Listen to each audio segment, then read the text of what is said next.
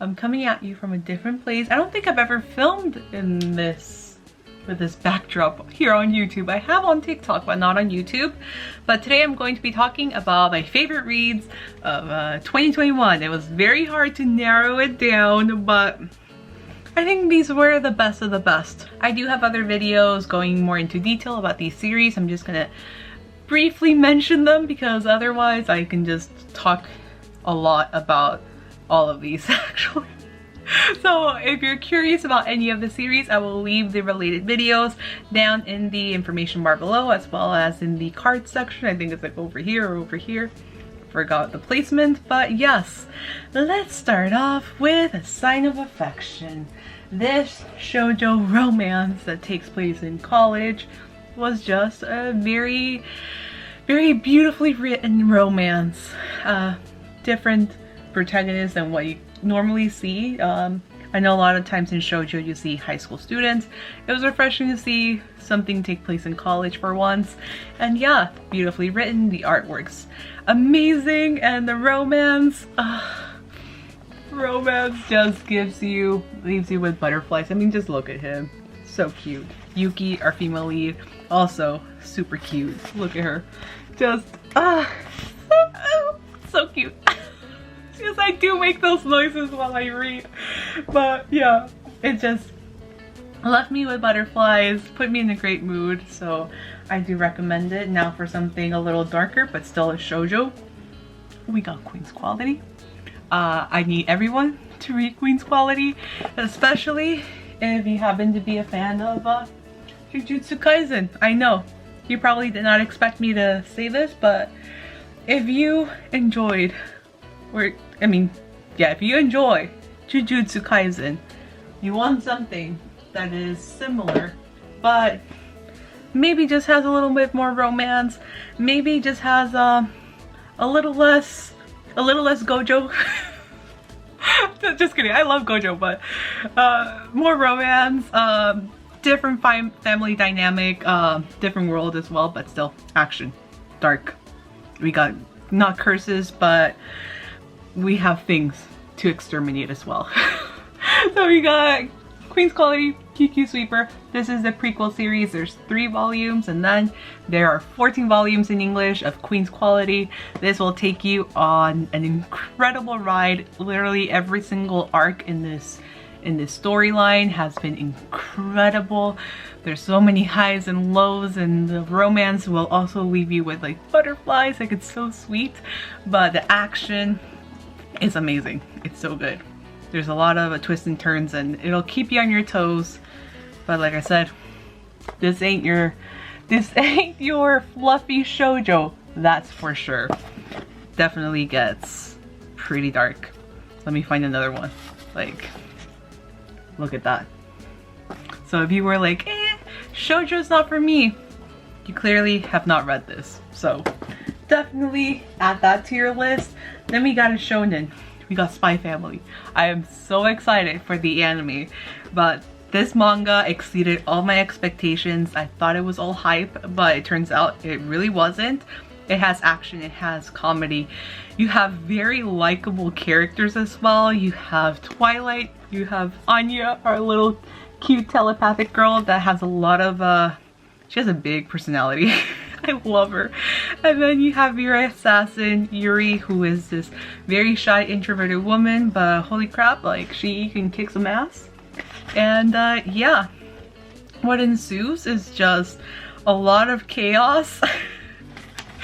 But it just makes for such a fun read, so definitely worth the hype. I am so excited for the anime coming out in April. That's the anime I'm looking forward to the most in 2022. Like, Spy Family, man. Does this need an introduction? Sweat and Soap. You guys know I adore this series. It is a healthy portrayal of an adult relationship. You have a shy, introverted girl meeting the product developer at the office that she works at. That's where the soap comes in, because they work for a soap company.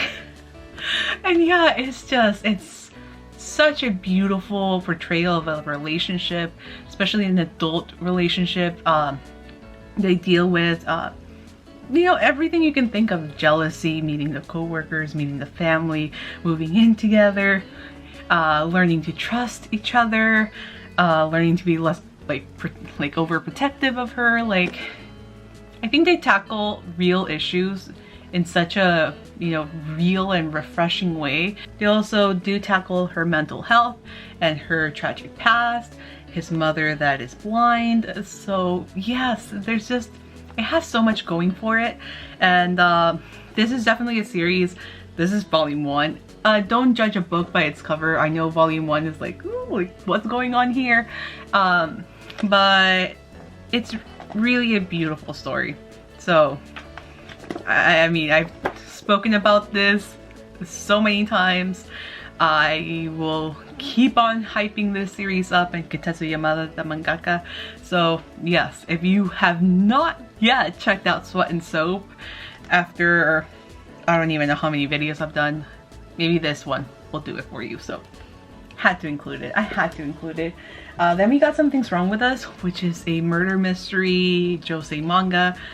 Childhood friends to enemies to lovers. Like, it just has it all. So many twists and turns.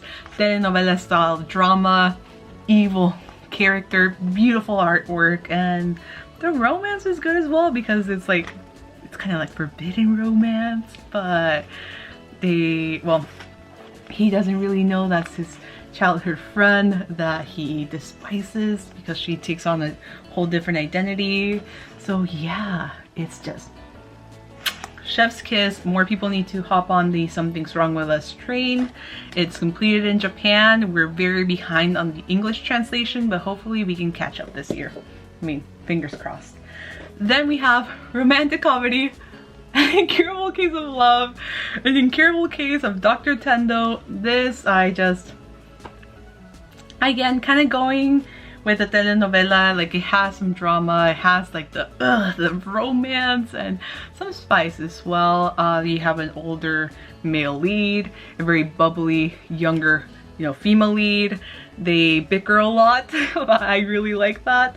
And he starts off very just cold-hearted, just with a very strong wall because of his previous relationship. And then that wall slowly starts coming down.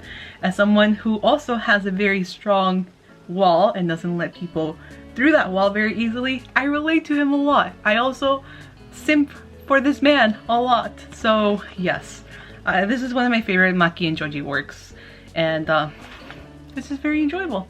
Very enjoyable. 7 volumes completed series. Then we have my favorite spicy read of the year. This is Tadano Renai, Nanka de Kikkonai. I loved it so much that I learned the Japanese name. I had to, because I've recommended this so many times. So the plot in this, and there is a plot.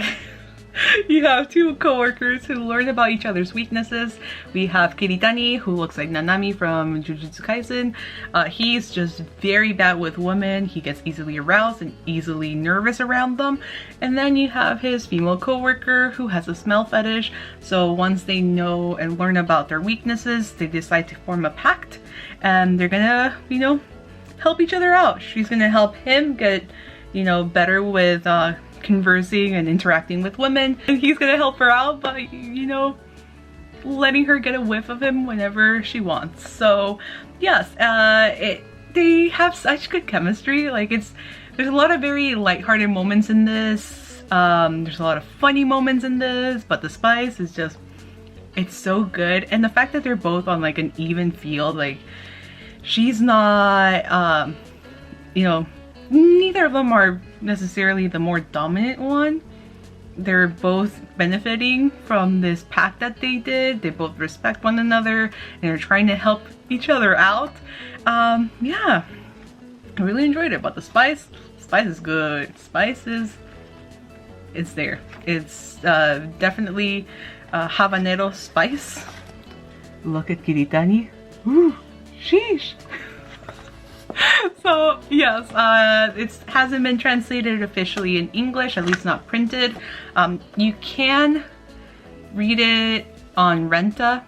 I think they're still a little behind from the fan translations, so I've mostly stuck with fan translations and then you know, bought the physical Japanese one, but I hope this gets licensed in English. I mean, one can only hope.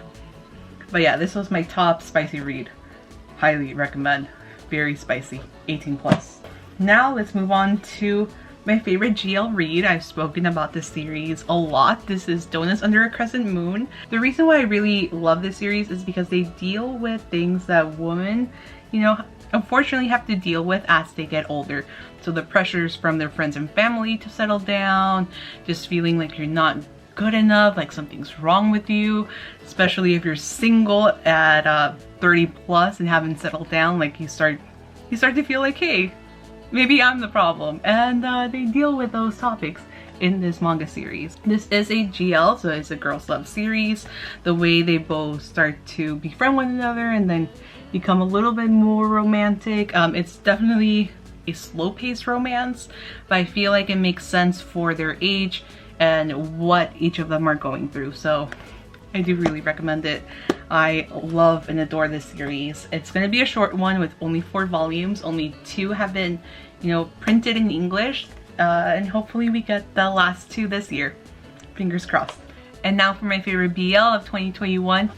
It's not our dining table, it's Sayonara Game. I read this in the fall. If I would not have read this guy, I would have said it was our dining table. But Sayonara Game just, you know, it just kind of beat our dining table by a little bit. So this is a very heartfelt BL about 2 adult men who used to know each other in high school. They were both in the same baseball team, then later reunite as adults when he happens to tutor his sister. And from there, they befriend one another, and then their relationship progresses into a romantic one. There's a lot of very strong emotions and confusion that both of them deal with between not only them as partners, but individually.